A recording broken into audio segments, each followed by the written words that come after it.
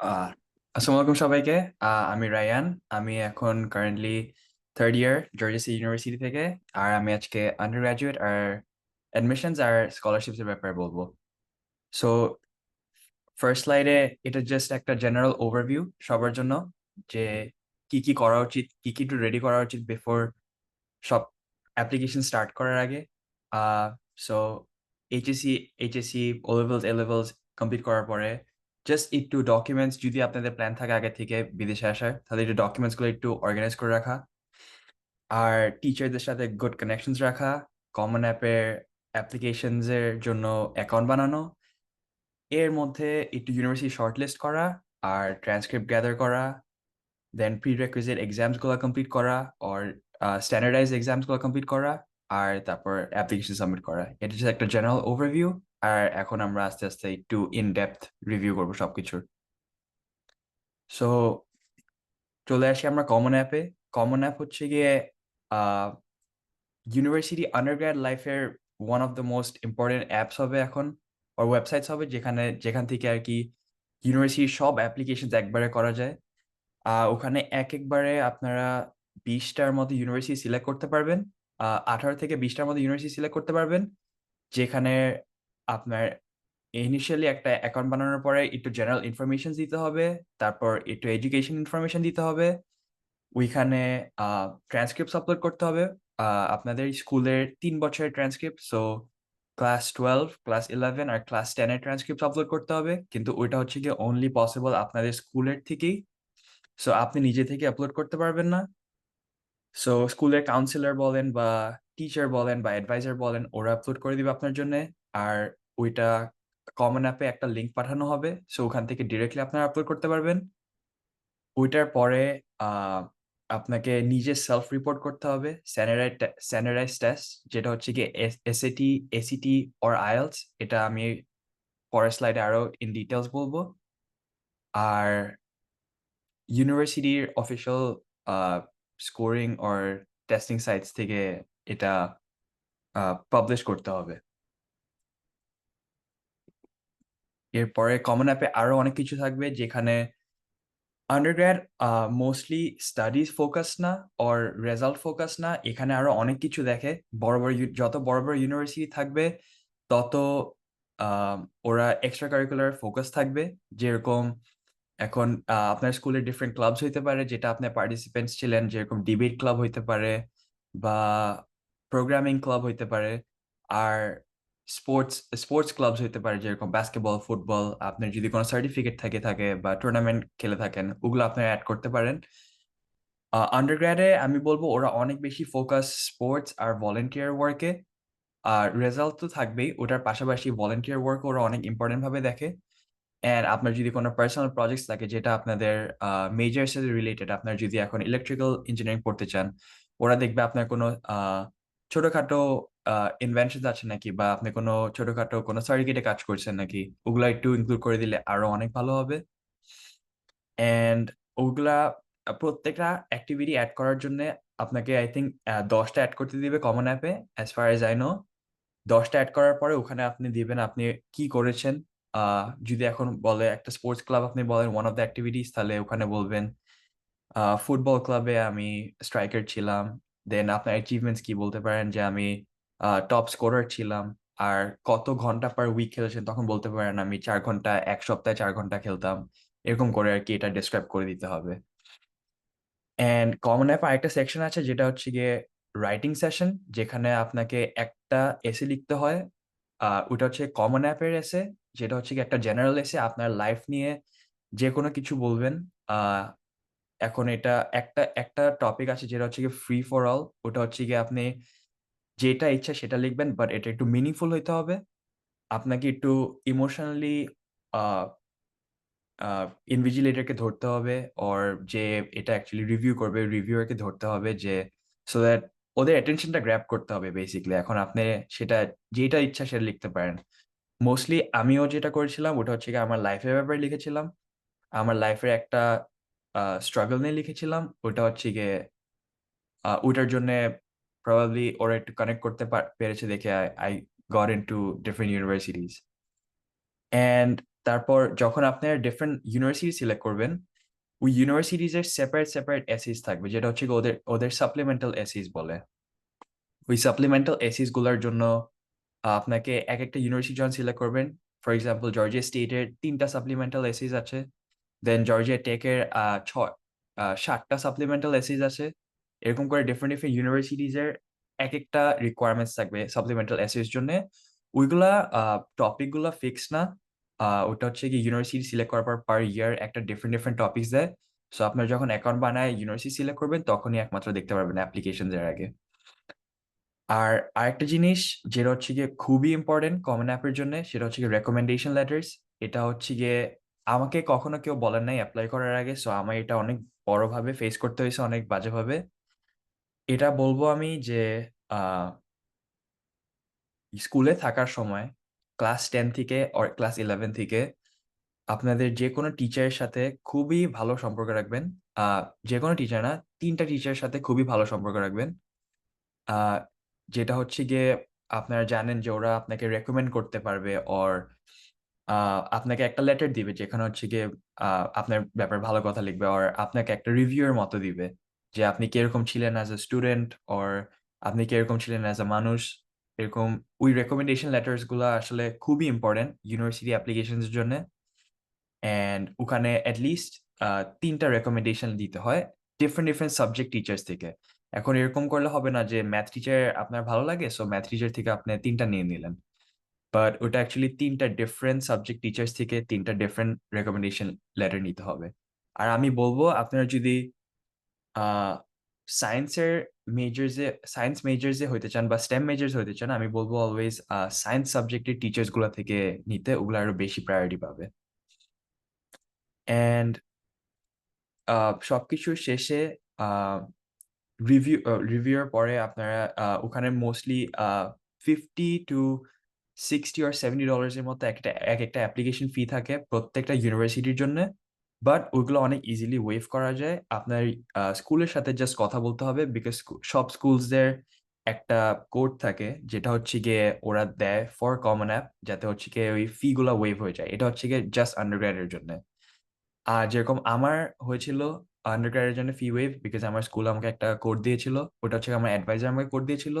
So আমার কোনো application fees লাগে নাই। আহ বাট কয়েকটা ইউনিভার্সিটিতে আবার এই কোড কাজ করবে না, সো ওগুলাতে আবার পে করতে হবে মোস্টলি। বড় ইউনিভার্সিটি গুলাতে আর আইভি লিগ যেগুলোকে বলে ওদের গুলাতে একটু পে করতেই হয়। এরপরে আহ এখন স্ট্যান্ডার্ডাইজ টেস্টের গুলোর কথা বলি। আহ সো স্ট্যান্ডার্ড টেস্ট 2 ধরনের হবে আন্ডারগ্র্যাডে। সো এটা হচ্ছে গিয়ে এসএটি আর এসিটি, যেটা হচ্ছে গিয়ে একাডেমিক রেডিনেস টেস্ট করে। ওর আমরা একাডেমিক্যালি ঠিক আছে নাকি, ওর বেসিক্স ঠিক আছে নাকি, ওগুলা টেস্ট করার জন্য এসএটি আর এসিটি দিতে হয়। আমি বলবো এসিটি দেওয়া যায়, বাট এসিটি একটু ডিফিকাল্ট আর একটু প্রিপারেশন লাগে অনেক বেশি। সো আপনারা যদি আহ, ভালো টাইম থাকে এক্সাম দেওয়ার আগে, এসিটি দিতে পারেন। Or ACT is fine as well. ACT দেওয়ার দুইটা এসিটি টোটাল 3 আওয়ার্স এক্সাম, আর টোটাল দুইটা পার্টে ভাগ করা থাকে। একটা হচ্ছে গিয়ে রিডিং অ্যান্ড রাইটিং, আর আরেকটা ম্যাথ। প্রতিটা সেকশন 800 পয়েন্টের থাকে, আর টোটাল পয়েন্ট হচ্ছে গিয়ে 1600 হয়।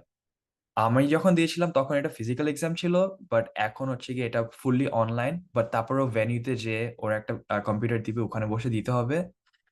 আহ আমরা যেহেতু বাংলাদেশে পড়াশোনা করেছি, ম্যাথ অনেক ইজি লাগবে আমাদের জন্য, ক্যালকুলেটর প্লাস নো ক্যালকুলেটর সেকশনটাও। কিন্তু আমার জন্য ইংলিশটা একটু হার্ড লেগেছিল, যেটার জন্য আমাকে একটু প্রিপেয়ার করতে হয়েছিল। ভোকাবুলারিজ থাকে, ওটার সাথে প্রিপেয়ার করা যায়। অনেক অনেক বড় বড় ভোকাবুলারি লিস্ট থাকে, ওগুলা একটু পড়তে হয়। অ্যান্ড মোস্টলি মক এক্সামস দিতে হবে। মক এক্সামস না দেওয়া ছাড়া আর কোনো ওয়ে নাই এসিটি ফর এসিটি। বাট এসিটি হচ্ছে কি জাস্ট একটা প্যাটার্ন, 2-3টা এক্সাম দিয়ে দিলে আহ আহ হয়ে যাওয়ার কথা। অ্যান্ড অ্যাজ ফর এসিটি, এসিটি আর একটু ডিফিকাল্ট, বিকজ এটা হচ্ছে গিয়ে অনেক focused. Math, reading and science reasoning type questions থাকে, অনেক অ্যানালিটিক্যাল কোয়েশ্চেন্সও থাকে। আর এটা হচ্ছে গিয়ে 1 থেকে 36 পয়েন্টস ধরে স্কোর করা হয়। আর প্লাস ওটার সাথে আবার 40 মিনিটস দেয় ফর রাইডিং। ওটাও 3 hours এর এক্সাম। সো আমি বলবো এসএটি অ্যান্ড এসিটি দোনোটাই হচ্ছে গিয়ে স্কলারশিপস এর জন্য অনেক ইম্পর্টেন্ট। অ্যান্ড যদি আমাকে বলা হয় যে একটা ভালো স্কোর কি একটা স্কলারশিপ সিকিউর করার জন্য, আমি বলবো টার্গেট অলওয়েজ থাকতে হবে 350 and up to actually secure scholarship. And এরপর চলে যায় আইএলস এর কাছে। আইএলস হচ্ছে গিয়ে জাস্ট ইংলিশ প্রফিসিয়েন্সি টেস্ট। এটা হচ্ছে গিয়ে listening and reading and writing এর ব্যাপারে। এটাও ইউনিভার্সিটিতে লাগে। অনেক ইউনিভার্সিটি আইএলস নেয়, টোফেল নেয়, দেন ডুওলিঙ্গো নেয়। বাট জর্জিয়া স্টেট আমার ইউনিভার্সিটি ডুওলিঙ্গো নেয় না। আমি এই জন্য আইএলসি দিয়েছিলাম। অ্যান্ড আইএলসে টোটাল হাইয়েস্ট স্কোর করা যায় 9 পয়েন্টস, 0 থেকে 9 পয়েন্টস। অ্যান্ড নর্মালি সব ইউনিভার্সিটি মিনিমাম রিকোয়ারমেন্টস থাকে 6 to 7, বাট 6.5 এর উপরে থাকলে অনেক ভালো। 6.5 হচ্ছে কি আমি বলবো একটা বেয়ার মিনিমাম। তো সামনে চলে যাই। এখন আসি একটু ইউনিভার্সিটি স্পেসিফিক রিকোয়ারমেন্টস। যেহেতু আমি জর্জিয়া ইউনিভার্সিটিতে পড়ি, আমি এটার ব্যাপারেই বলতে পারবো সো ফার। আমি যখন অনলাইনে অ্যাপ্লিকেশন সাবমিট করেছিলাম, আমার অ্যাপ্লিকেশন ফি যেটা নন রিফান্ডেবল ফি ফার্স্ট ইয়ার স্টুডেন্টদের জন্য ছিল $60। আহ ওর আমি ইউনিভার্সিটি অ্যাপ্লাই করার সময় আমার হাই স্কুল এটা ওয়েভ করে দিয়েছিল জর্জিয়া ইউনিভার্সিটির জন্য। বাট ওখানে লেখা ছিল এটা $60 ছিল। And then official high school transcript লাগবে, যেটা হচ্ছে গিয়ে 3 বছরের জন্য high school or college or school 3 বছরের, যেটা হচ্ছে গিয়ে 12, 11 আর 10। আমি ক্লাস 9ও দিয়েছিলাম বিকজ তখন যখন আমি অ্যাপ্লাই করেছি তখন আমি 12-এর রেজাল্টও আসে নাই বা পাস করি নাই। আহ এই জন্য আমার 9 পর্যন্ত যা লাগছিল, যেহেতু 11, 10 আর 9 3 বছর। আর এটা আমার স্কুলের টিচারই আপলোড করে দিয়েছিল আমার কমন অ্যাপে। অ্যাট দ্য সেম টাইম আপনার হাই স্কুলের গ্র্যাজুয়েশন সার্টিফিকেটস লাগবে। ওটা যদি আপনি গ্র্যাজুয়েট নাও করে থাকেন, ওরা পরে আপনার কাছে আবার চাবে যখন আপনি ইউনিভার্সিটিতে এগ্রি করবেন যে আমি এখানে পড়তে চাই। আপনি আসার পরে তখন আপনার কাছে final grade sheet, official grade sheet আর অফিসিয়াল গ্র্যাজুয়েশন সার্টিফিকেট দেখতে চাবে। আর যদি ওদের আপ টু পার না হয়, ওরা এদের বলে ট্রান্সফার করতে অর জাস্ট সেভিসটা ক্যান্সেল করে দেয়। আর না হলে প্রি রেকুইজিট আরো এক্সাম দিতে হয় ওখানে বসে বসে। অ্যান্ড জর্জিয়া স্টেটের জন্য আমি বলবো ওদের মিনিমাম জিপিএ রিকোয়ারমেন্ট হচ্ছে গিয়ে 2.75। ওটা হচ্ছে গিয়ে out of 4 GPA total. Cumulative GPA হচ্ছে গিয়ে আউট অফ 4। ওখানে এটা হচ্ছে গিয়ে জাস্ট ঢোকার জন্য ওদের একটা মিনিমাম ক্রাইটেরিয়া হচ্ছে গিয়ে 2.75 এন্ড অ্যাবাভ থাকতে হবে। অ্যান্ড স্ট্যান্ডার্ডাইজ টেস্টের জন্য আমি কয়েকটা এটা হচ্ছে কি অনেক জেনারেল। আমি বলবো না এটা ফলো করতে, এটা জাস্ট একটা মিনিমাম রিকোয়ারমেন্ট। স্যাটের জন্য, এসিটির জন্য রিডিং অ্যান্ড রাইটিং 480 আর ম্যাথ 440 ওদের মিনিমাম রিকোয়ারমেন্ট। আর এসিটির জন্য ইংলিশ রিডিং 17 আর ম্যাথ 17 ইজ এনাফ, যেটা ওরা বলে। বাট আমি অ্যাগেন এসিটির জন্য আমি বলবো অলওয়েজ 350 অ্যান্ড অ্যাবাভ টার্গেট করতে। যত বেশি তত ভালো। এন্ড আর কিছু হলো ইংলিশ প্রফিসিয়েন্সির জন্য আইএলস অ্যাগেন। জিএসইউ এখন জর্জিয়া ইউনিভার্সিটি আর ডুওলিঙ্গো আর ফর ইংলিশ প্রফিসিয়েন্সি অ্যালাউ করে না, আমার জন্য করতো। বাট আমিও আইএলস দিয়েছি। অ্যান্ড এখানে মিনিমাম স্কোর হচ্ছে গিয়ে 6.5 to 7 থাকলে ইটস গুড এনাফ, বাট যত বেশি তত ভালো অ্যাগেন। অ্যান্ড ফর ডেডলাইন আর টাইমিং এর জন্য জর্জিয়া স্টেটের কোনো অফিসিয়াল অ্যাপ্লিকেশন ডেডলাইন নাই, বাট আমি বলবো জানুয়ারি 15 এর আগে অ্যাপ্লাই করতে, টু যাতে অ্যাকসেপ্টেন্স রেট যেন ভালো থাকে আর অ্যাকসেপ্টেন্সের চান্স যেন আরো বেড়ে যায়। আর স্কলারশিপের জন্য মাস্ট নভেম্বর 15 এর আগে অ্যাপ্লাই করতেই হবে, কারণ স্কলারশিপ হচ্ছে গিয়ে first come first serve. So scholarship অনেক অনেক তাড়াতাড়ি শেষ হয়ে যায়। অ্যান্ড আমি বলবো না স্কলারশিপ পাওয়া হার্ড, বাট স্কলারশিপ ভালোই তাড়াতাড়ি শেষ হয়ে যায়। অ্যান্ড কয়েকটা স্কলারশিপ অপরচুনিটিস হলো ফর যেরকম আমি হচ্ছে কি এখন মেরিট বেস স্কলারশিপে আছি, যেটা হচ্ছে কি হাই স্কুল রেজাল্ট থেকে আমার স্কলারশিপটা দেওয়া হয়েছে, যেটা মিনিমাম জিপিএ রিকোয়ারমেন্ট হচ্ছে কি 3.4 অ্যান্ড অ্যাবাভ। আগের যে রিকোয়ারমেন্টটা ছিল জিপিএ, ওটা হচ্ছে গিয়ে জাস্ট অ্যাপ্লিকেশন ওরা রিভিউ করবে ওটার জন্য। বাট অ্যাকচুয়ালি স্কলারশিপের জন্য, স্কলারশিপ অ্যাপ্লিকেশন রিভিউ করার জন্য 3.4 and above must. And minimum ACT scores হওয়া লাগে 650 টু 670। 650 হচ্ছে কি ইংলিশের জন্য, আর 670 ম্যাথের জন্য। এটা হচ্ছে কি স্কলারশিপের মিনিমাম রিকোয়ারমেন্ট। অ্যান্ড আইএলস হচ্ছে কি 6.5 অ্যান্ড হায়ার। এটা আসলে স্কলারশিপের জন্য এত ম্যাটার করে না, বাট 6.5 অ্যান্ড হায়ার একটা minimum requirement. And ACT scores again 17, দুইটা সাবজেক্টের জন্য is enough. সো আমি একটু স্কলারশিপের ব্যাপার বলি, বিকজ জর্জিয়া স্টেটের স্কলারশিপটা একটু ডিফারেন্ট। এখানে হচ্ছে গিয়ে ফুল টিউশন ওয়েভার দেয় না, যেটা হচ্ছে গিয়ে ফুললি ফ্রি যেটাকে বলে, ওটা দেয় না। বাট মেরিট বেস স্কলারশিপ দেয় হচ্ছে গিয়ে আউট অফ স্টেট টিউশনটা ওরা ক্যান্সেল করে দেয়, যেটা হচ্ছে ওরা দুই ভাগে ভাগ করে। একটা হচ্ছে 100% ওয়েভার, আর একটা 50% waiver.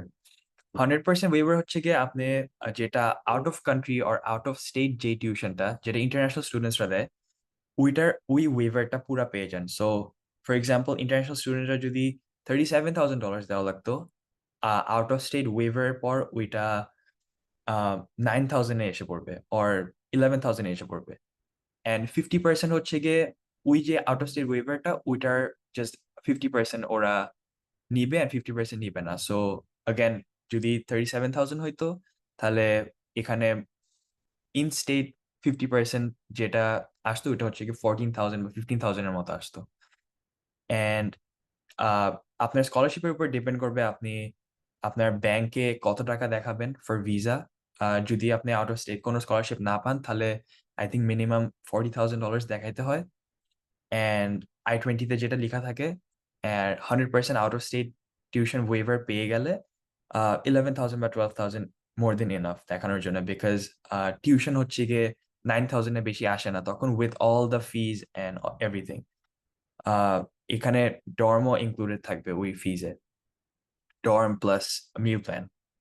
R eligibility and award টাইমের ব্যাপারে বলি, এটা হচ্ছে গিয়ে স্কলারশিপটা 4 বছরের জন্য দেওয়া হয়। আর যারা ট্রান্সফার করে আসবে ওদের জন্য 3 বছরের জন্য দেওয়া হয়, ডিপেন্ড করে ওরা কয় বছর অন্য ইউনিভার্সিটিতে ছিল।